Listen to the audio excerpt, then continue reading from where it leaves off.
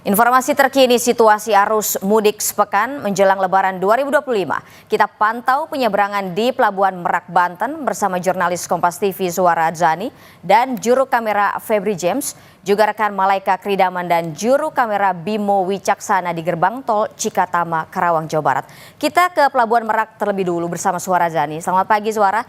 Hingga pagi hari ini apakah pemudik yang menyeberang lewat Pelabuhan Merak sudah mulai terlihat ramai, Zuhara? Ya, pagi ini memang di Pelabuhan Merak terlihat terpantau sepi begitu ya, justru karena terlihat tadi sekitar pukul 5 lewat dan kemudian pukul 6 lewat ini juga ada kapal yang berlabuh kemudian melakukan penyeberangan begitu. Jadi jika kami pantau ini memang kendaraan mobil 4, kendaraan roda 4 maksud kami ini memang sedang melakukan penyeberangan ini dengan lancar begitu karena tidak adanya antrian dan kemudian di kantong parkir juga tidak adanya kendaraan yang terparkir di situ karena dari pagi juga kendaraan yang masuk itu sudah langsung masuk ke kapal dan melakukan penyeberangan begitu. Karena juga terlihat jarak antara mobil ke mobil berikutnya itu terpantau jauh begitu. Jadi memang dari pagi ini masih terpantau lancar.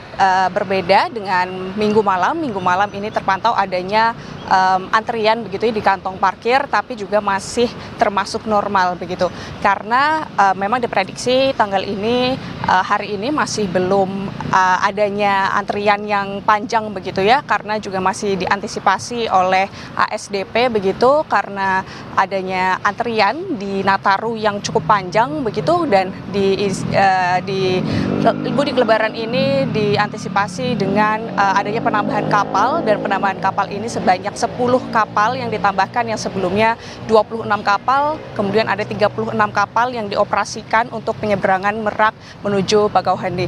Jadi kemudian ASDP juga selain itu melakukan pembenaran dari dermaga eksekutif yang sebelumnya terdapat kerusakan dan ini sebelumnya 10 hari menjadi dikejar begitu sampai 4 hari. Ini artinya memang adanya usaha begitu untuk mengurangi kepadatan yang sebelumnya terjadi di mudik Nataru begitu. Terima kasih Zuhara Adzani atas laporan Anda.